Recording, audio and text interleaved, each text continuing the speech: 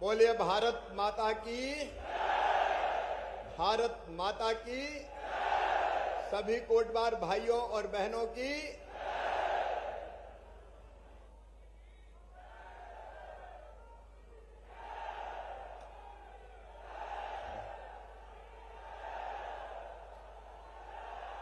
आपकी जय में मेरी जय है।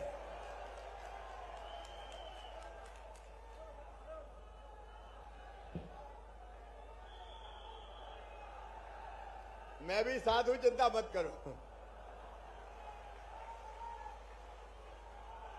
आज आपका उत्साह देख के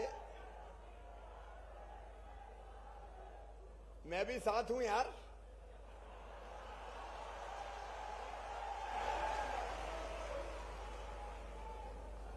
आज हमारे कोटवार संघ के सम्मेलन में उपस्थित मध्य प्रदेश राज्य कर्मचारी संघ के अध्यक्ष भाई रमेश जी, राजस्व विभाग के प्रमुख सचिव भाई निकुंज जी, संदीप यादव जी, हमारे कलेक्टर भोपाल भाई हरवीर सिंह जी, भाई भगवान दास जी, रामकिशन रोकड़े जी, मनोहर मेहरा जी,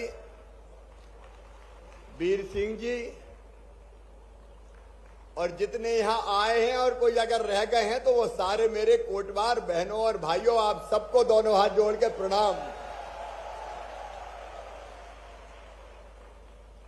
बचपन में हमने एक दोहा पढ़ा था, रहीमन देख बड़ैन को लघु न दीजिए डार, और जहां काम आवे सुई कहा करे तलवार। और कोटवार सुई का काम करते हैं। कोटवार का काम कलेक्टर कमिश्नर नहीं कर सकते। गांव के देवता जैसे होते हैं कोटवार। जैसे बिना ग्राम देवता के पूजा के कोई शुभ कर्म शुरू नहीं होता, वैसे ही बिना कोटवार की जानकारी के गांव में कोई काम आगे नहीं बढ़ता। बोलो सही बात है कि नहीं? और मैंने तो अभी सोचा तो गांव के गूगल है, आप गूगल, वो गूगल आता है ना, गूगल पर देश और विदेश सबकी जानकारी गूगल पे मिल जाती है आजकल। तो गांव के गूगल आप है, जैसे गांव के गूगल को देश विदेश की जानकारी होती है, वैसे ही आप तो चलते फिरते गूगल है। सारी जानकारियां आप रखते हैं। सही मायने में आप जमीन से जुड़े हुए हैं, जमीन से। मैं जब छोटा था, अपने गांव जैत में रात में नींद खुलती थी तो एक आवाज आती थी, जागते रहो, जागते रहो, जागते रहो।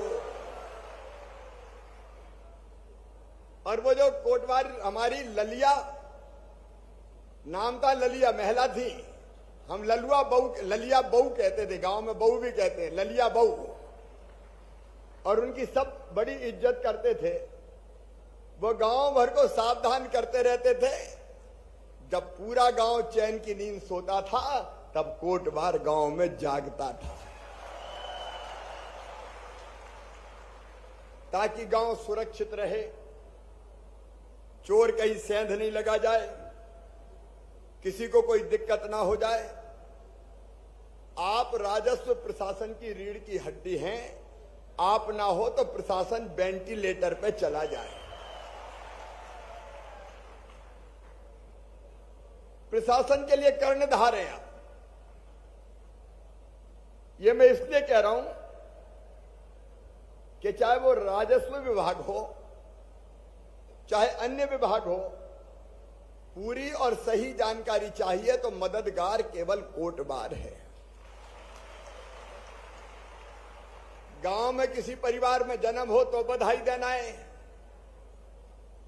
गांव में कहीं कोई शौक हो जाए, मृत्यु हो जाए तो भी सूचना रखना है, जानकारी अपडेट करना है। गांव में प्राकृतिक आपदा आ जाए, भगवान न करे आए, ओले इल्ली सूखा पाला, पहली जानकारी देते हैं तो कोटवार देते हैं जाके प्रशासन।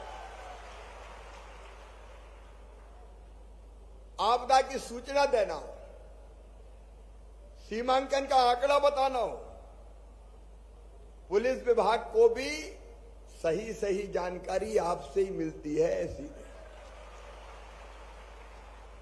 आपके पास गांव की कुंडली रहती है पूरी, कहां क्या हो रहा है और कौन क्या कर रहा है, उसी के आधार पर कई चीजें ठीक की जाती है। हम गांव में कोटवार को छड़ीदार भी कहते थे, छड़ीदार। आज इस सम्मेलन में मुझे आपसे मिलकर बहुत प्रसन्नता है। कोई भी कार्यक्रम हो गांव में, अगर मुनादी करना है कि मुख्यमंत्री आज संबोधित कर रहे हैं, भैया इकट्ठे हो जाइयो, तो मुनादी का काम भी हमारे कोटवार भाई बहन करते हैं। गांव में क्या हालत है कानून व्यवस्था की, इसकी जानकारी तहसील में हर महीने बैठक में भी आप देते हैं, और चुनाव में भी ड्यूटी लगाना हो तो छड़ी लेके कोटवार खड़े रहते हैं। मेरे प्रिय बहनों और भाइयों, मैं आज आपका हृदय से स्वागत करता हूं।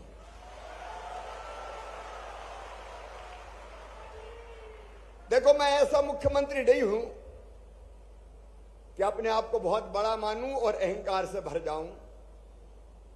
जैसा मैं हूं वैसे मेरे कोटवार भाई बहन हैं।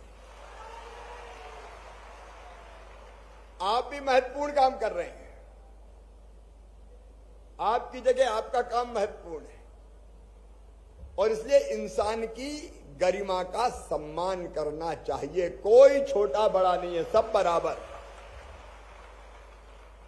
मेरे प्रिय बहनों और भाइयों, मैं सरकार नहीं चलाता, मैं परिवार चलाता हूं। परिवार, हम सब एक परिवार के अंग हैं। अपना इतना बड़ा परिवार है, और परिवार के कष्ट कठिनाइयों की चिंता करना मुखिया के नाते मेरा काम है। सबकी चिंता कैसे हो और समाज के हर वर्ग के कल्याण के काम करने की मैं कोशिश कर रहा हूं। अब लाडली बहना जैसी योजना, जिसके दिल में बहनों के लिए संवेदना और तकलीफ है, वो ही लेके आ सकता था, और कोई में ताकत नहीं थी कि इतनी बड़ी योजना लेके आ जाता। मैं जहां जाता था मेरे कोटवार भाई कहते थे, मामा हमें भी बुला लो।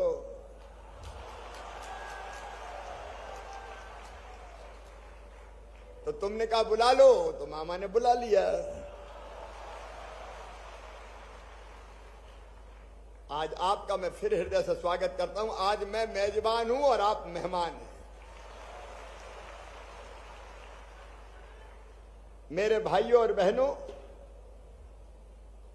आपकी अपनी कठिनाइयां हैं। ये पंचायत का सिलसिला मैंने ही शुरू किया। सबसे पहले मुख्यमंत्री बनने के बाद मैंने पहली कोई पंचायत बुलाई थी तो वो कोटवार पंचायत ही बुलाई थी, और उस पंचायत में मैंने कहा था कि कोटवार मेरे जासूस है, जासूस। हर अच्छे बुरे की खबर देंगे, और वो काम आप अभी तक कर रहे हो। और इसलिए मेरे कोटवार बहनों और भाइयों, एक तो आप सब स्वस्थ और प्रसन्न रहें, इसलिए सभी कोटवारों को स्वास्थ्य बीमा योजना का लाभ दिया जाएगा।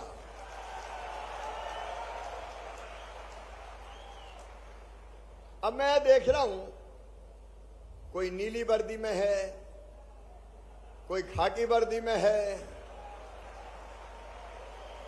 अरे वर्दी का रंग एक होना चाहिए कि नहीं? काम एक तो निकुंज वर्दी एक भाई, और इसलिए नीली चाहिए कि खाकी, और इसलिए अब कोटवारों की वर्दी का कलर खाकी किया जाएगा।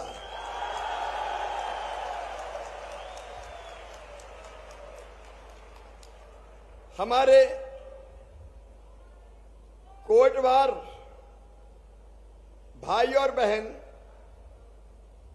जब सेवानिवृत्त होते हैं तो उनको कुछ नहीं मिलता, वैसे ही बाहर हो जाते हैं।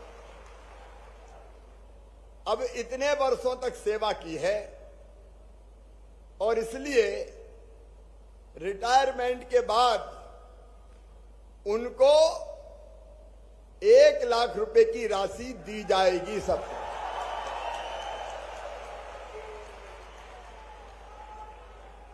क्योंकि उसके बाद जिंदगी का कुछ काम चल सके, उनकी जो पारिश्रमिक है, मानदेय है, वो मानदेय भी काफी नहीं है। तो एक व्यवस्था तो मैं परमानेंट कर दूं, और वो व्यवस्था ये है कि आपकी जो वेतन है उसमें मांगना ना पड़े, हर साल 500 रुपया अपने आप बढ़ते चले जाएं। और आपकी जो अभी ऐसे कोटवार जिनके पास कोई सेवा भूमि नहीं है, अभी उनको मिलते हैं केवल 4,000 रुपया। 4,000 मिलते हैं ना,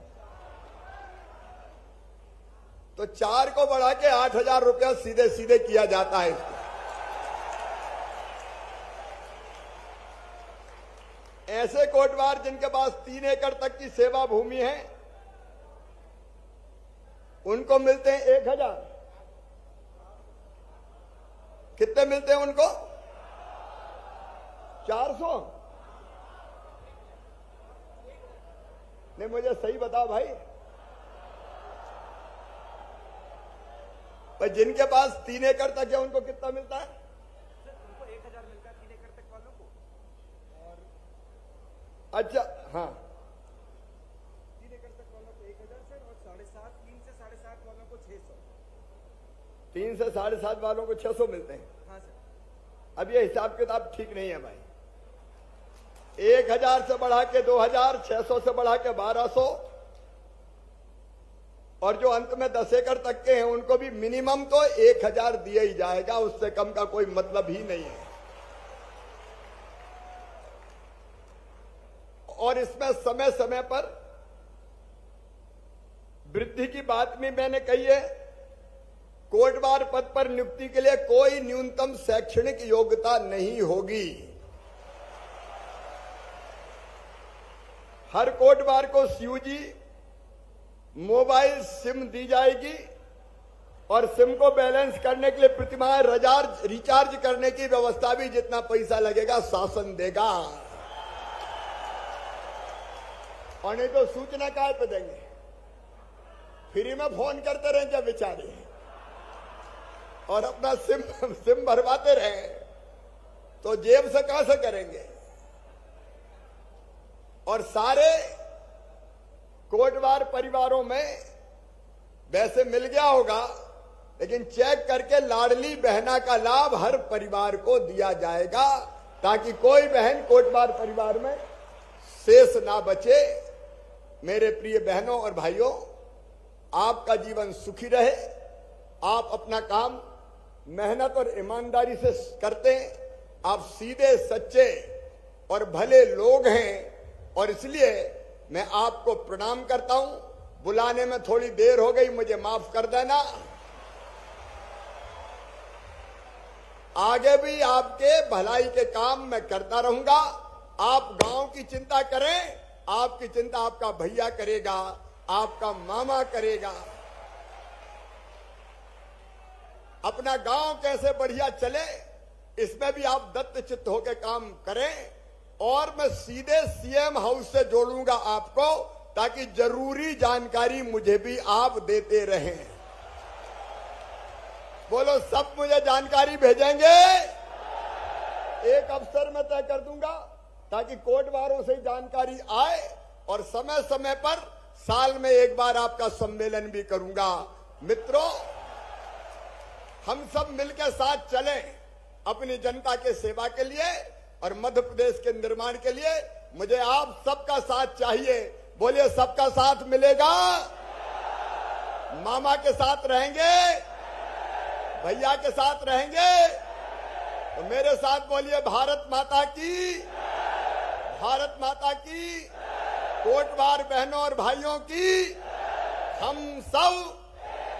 बहुत बहुत धन्यवाद।